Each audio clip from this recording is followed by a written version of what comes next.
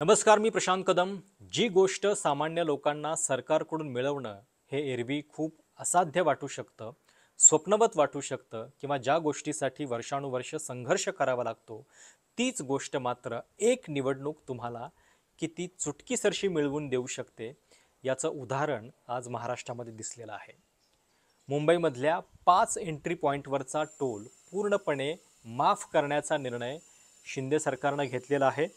Light motor vehicle म्हणजे हलक्या वाहनांसाठीचा हा निर्णय आहे आणि आज मध्यरात्रीपासून त्याची अंमलबजावणी करण्यात येणार आहे. आचारसंहिता कुठल्याही क्षणी लागू होईल अशी स्थिती आहे. त्यावेळी शिंदे सरकारची कॅबिनेट बैठक पार पडली. ही शेवटची कॅबिनेट बैठक असल्याचं सांगितलं जातं आहे आणि या बैठकीमध्ये हा एक मोठा निर्णय घेण्यात आलेला आहे. खरं तर याच संदर्भात गेल्या अनेक वर्षांपासून कोर्टात दाद मागितली जात होती, आंदोलनं होत होती, पण त्यावेळी ज्यांनी आज निर्णय घेतलेला आहे तेच वेगवेगळी कारणं समोर करत होते. समित्या, रिपोर्ट, त्याच्यानंतर संबंधित कंपनीला आपल्याला किती नुकसान भरून द्यावं लागेल असे आकडे सांगत होते. त्याच सरकारनं, त्याच लोकांनी आज हा टोल जो आहे तो मुंबईकरांचा माफ करून टाकलेला आहे. एक निवडणूक काय करू शकते? खरं तर लोकसभा निवडणुकीच्या निकालानंतर या सरकारमध्ये लोकप्रिय घोषणांची अक्षरशः खैरात चालू आहे. लाडकी बहीण झाली, लाडका भाऊ, लाडका शेतकरी आणि आता लाडका प्रवासी, म्हणजे एका पाठोपाठ एक वेगवेगळ्या थरातून सगळ्या लोकांना खुश ठेवण्याचा प्रयत्न आहे आणि त्याच्यातूनच हा निर्णय जो आहे तो घेण्यात आलेला आहे. लाडकी बहीणच्या माध्यमातून महिला मतदार टार्गेट आहेत, तर इथं शहरी मतदारांना टार्गेट करण्यासाठी हा निर्णय जो आहे तो तडकाफडकी घेण्यात आलेला आहे. खरं तर गेल्या अनेक वर्षांपासून ही मागणी होत होती. मुंबईमध्ये एकूण 7 ठिकाणी टोल घेतला जातो, ज्याच्यामध्ये 5 एंट्री पॉईंट्स आहेत. हे 5 एंट्री पॉईंट्स कुठले आहेत तर वाशी, ऐरोली, मुलुंडचे 2 आहेत, एक ईस्टर्न एक्सप्रेसवेवरची आणि एक LBS वरती आणि एक दहिसर. या 5 ठिकाणावरून मुंबईमध्ये एंट्री होते आणि त्या सगळ्या ठिकाणी 2002 पासून हा टोल घेतला जातोय. हा कशासाठीचा टोल होता तर मुंबईमध्ये युती सरकारच्या काळामध्ये जे 55 उड्डाणपूल बांधण्यात आलेले होते, त्या उड्डाणपुलाच्या मेंटेनन्स आणि नंतरच्या त्या कंपनीच्या भरपाईसाठी BOT म्हणजे बांधा, वापरा आणि हस्तांतरित करा या तत्वावरती हे टोलनाके जे आहेत ते सुरू करण्यात आलेले होते. 2002 पासून सुरू असलेले हे टोल 2024ला 22 वर्षानंतर रद्द झालेले आहेत. आत्ता हा टोल जो आहे तो वाढून जवळपास 45 रुपये इतका करण्यात आलेला होता आणि जी सरकारनंच माहिती दिली त्याच्यानुसार जवळपास 3.5 लाख लोक या एंट्री पॉईंट्सवरून रोज ये-जा करत होते. त्यापैकी 70,000 ही अवजड वाहनं आहेत आणि ती वगळली तर रोजची 2,80,000 वाहनं जी आहेत त्यांना या टोल माफीचा फायदा होणार आहे. आता साहजिक आहे की टोल रद्द होतोय तर टोलसाठीच्या रांगा पण रद्द होतील आणि त्याच्यामुळं लोकांचा वेळसुद्धा वाचणार आहे आणि त्यामुळं निवडणुकीच्या आधी अजून कुठला एक मोठा निर्णय असेल याची खूप उत्सुकता होती. तो निर्णय जो आहे तो आज शिंदे सरकारनं घेतलेला आहे. या निर्णयानंतर एकनाथ शिंदेंनी स्वतःच हा मास्टर स्ट्रोक असल्याचं म्हटलंय. समाधान आहे, आनंद आहे की लाखो जे आपले प्रायव्हेट कारने प्रवास करणारे लोक जे आहेत त्याच्यामध्ये मध्यमवर्गीय आहेत आणि या सर्व लोकांना, लाखो लोकांना दिलासा या टोल माफीमुळे मिळणार आहे, टोल सूटमुळे मिळणार आहे. लाईट कार आपण त्याच्यामधून वगळलेले आहेत आणि त्यामुळे वेळ वाचेल, इंधन वाचेल, पोल्युशन वाचेल. त्यामुळे मुंबईकरांना किंवा महाराष्ट्रातले लोक मुंबईत येतात या सगळ्यांना त्याचा बेनिफिट होईल, फायदा होईल. हे सरकार सर्वसामान्यांना न्याय देणार आहे आणि म्हणून जसे आमचे मुख्यमंत्री माझी लाडकी बहीण योजना, मुख्यमंत्री लाडका भाऊ योजना, मुख्यमंत्री शेतकरी योजना, मुख्यमंत्री लाडका शेतकरी योजना, तसा मुख्यमंत्री माझा लाडका प्रवासी योजना तो देखील आज आम्ही केला. मुंबईमध्ये 21 किलोमीटरच्या अटल सेतूसाठी 250 रुपये, त्याच्यानंतर बांद्रा वरळी सीलिंग जो 5.6 किलोमीटरचा रस्ता आहे त्याच्यासाठी 85 रुपये टोल घेतला जातो. मुंबई पुणे एक्सप्रेसवेसाठी 320 रुपये टोल घेतला जातो. हे मी तुम्हाला छोट्या गाड्यांचं सांगतोय. आणि या 5 एंट्री पॉईंट्सवरून 45 रुपये टोल घेतला जात होता, तो आता रद्द करण्यात आलेला आहे. MEP इन्फ्रास्ट्रक्चर डेव्हलपर्स लिमिटेड यांच्याकडं हे टोल कलेक्शनचं कंत्राट होतं. आणि महाराष्ट्रामध्ये 2002 सालापासून MSRDCनं जे हे सगळं काम केलेलं होतं, नितीन गडकरी त्यावेळी PWDचे मंत्री होते, तेव्हा हे सगळे उड्डाणपूल जे आहेत ते बांधण्यात आलेले होते. आणि त्याच्यानंतर हा टोल जो आहे तो सुरू झालेला होता.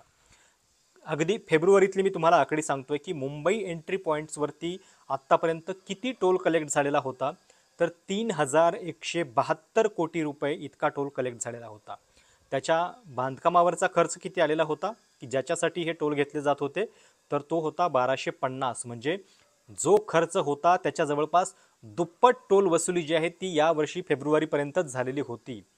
पण तरी देखील हा टोल जो आहे तो पूर्णपणे रद्द करण्यात आलेला नव्हता.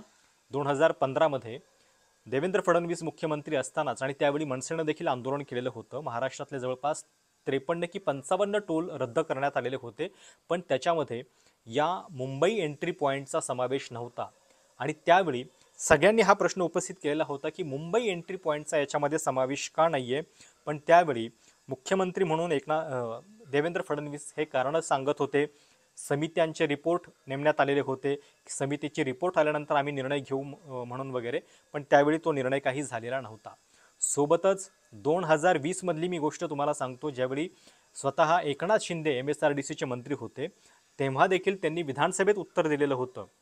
आणि काँग्रेसचे आमदार अनंत गाडगीळ यांनी या संदर्भात जो तारांकित प्रश्न उपस्थित केलेला होता, त्याच्यामध्ये शिंदेंचं उत्तर होतं की जो अहवाल मुख्य सचिवांच्या अध्यक्षतेखालील समितीनं दिलेला आहे त्याच्यानुसार ही टोल माफी शक्य नाही आहे. मुंबईच्या प्रवेशद्वारावर तसेच मुंबई पुणे द्रुतगती मार्गावरील पथनाक्यावर हलकी वाहने ST बसेसना सवलत दिल्यास एक रकमी सुमारे 6853 कोटी आणि 5 टप्प्यात दिल्यास 9463 कोटी रुपये इतकी नुकसान भरपाई द्यावी लागेल.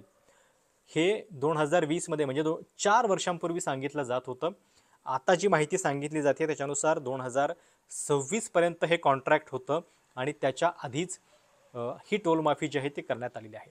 सगळ्यात महत्त्वाची गोष्ट, आत्ता टोल माफी झालेली आहे, पण ती कधीपर्यंत लागू असणार आहे हे सरकारनं स्पष्टपणे सांगणं आवश्यक आहे.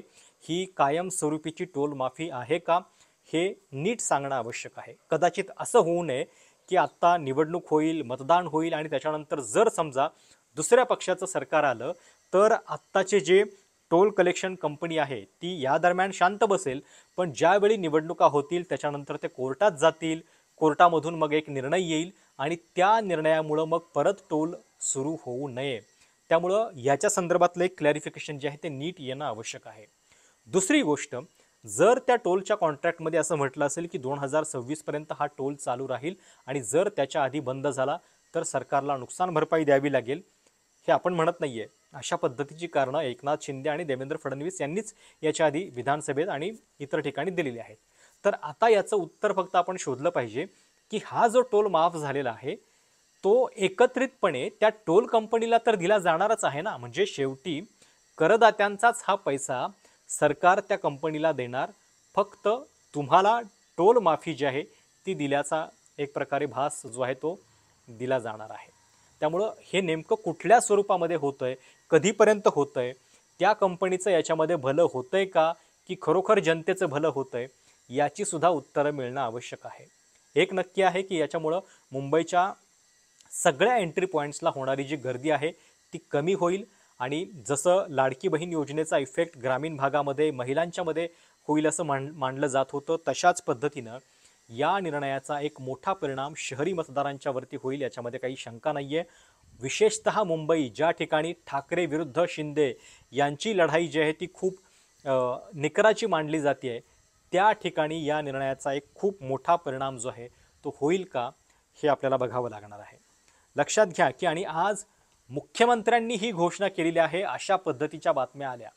बाहेर आल्यानंतर सुद्धा सरकारच्या वतीनं दादा भुसे यांनी माध्यमांना माहिती दिली. त्याच्यामुळं लाडकी बहीणच्या पाठोपाठ या निर्णयाचं श्रेय सुद्धा मुख्यमंत्री एकनाथ शिंदे यांचंच असल्याचं सुद्धा एक प्रकारे कुठं दाखवण्याचा प्रयत्न होतोय. एक बोल्ड डिसिजन आहे MSRDC खात्याकडं.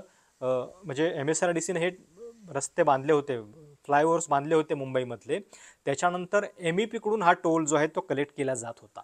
टोलबद्दल खरं तर सातत्यानं नाराजी गेल्या काही वर्षांपासून पाहायला मिळत होती. त्याच्यानंतर 2015मध्ये महाराष्ट्रातले काही टोल रद्द झालेले होते. सरकारनं सुद्धा आपलं धोरण बदललेलं होतं. म्हणजे 200 कोटी रुपये जर एखाद्या प्रोजेक्टची कॉस्ट असेल तर त्याच्यावरती टोल लागणार नाही, त्याच्यापेक्षा मोठ्या किमतीच्या रस्त्यांवरच तो लागेल असं सुद्धा सरकारनं सांगितलेलं होतं.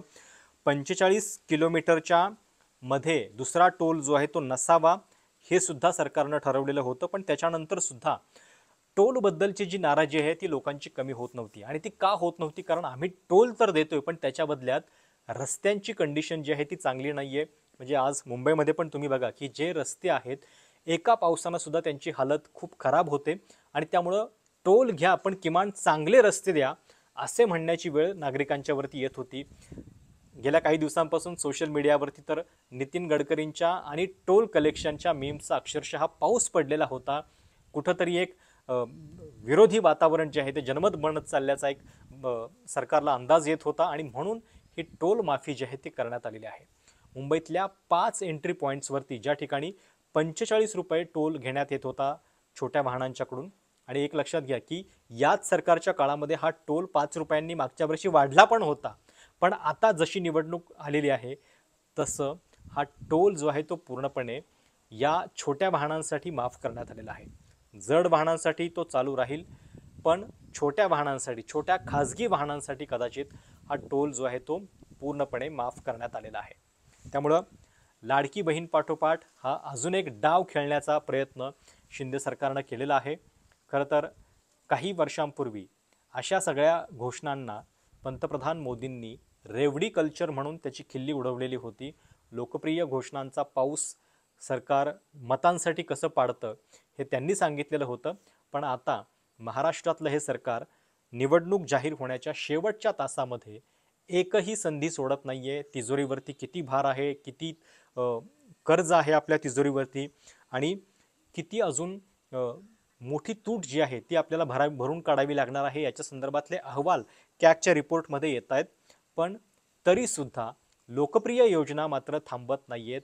आणि त्याच मालिकेमध्ये हा एक शेवटचा निर्णय, जसं क्रिकेटमध्ये स्लॉग ओव्हर्स असतात तसं शेवटच्या चेंडूवरती जास्तीत जास्त धाव काढण्याचा प्रयत्न शिंदे सरकारने केलेला आहे. तुम्हाला काय वाटतं? हा टोल जो आहे तो सरकारला, म्हणजे टोल माफीचा निर्णय सरकारला मतं मिळवून देईल का? सरकारची गाडी या रस्त्यावरनं सुसाट धावू शकेल का की त्यांना ब्रेक लागेल? तुमचं उत्तर कळवायला विसरू नका. चॅनल सबस्क्राईब देखील करा. धन्यवाद.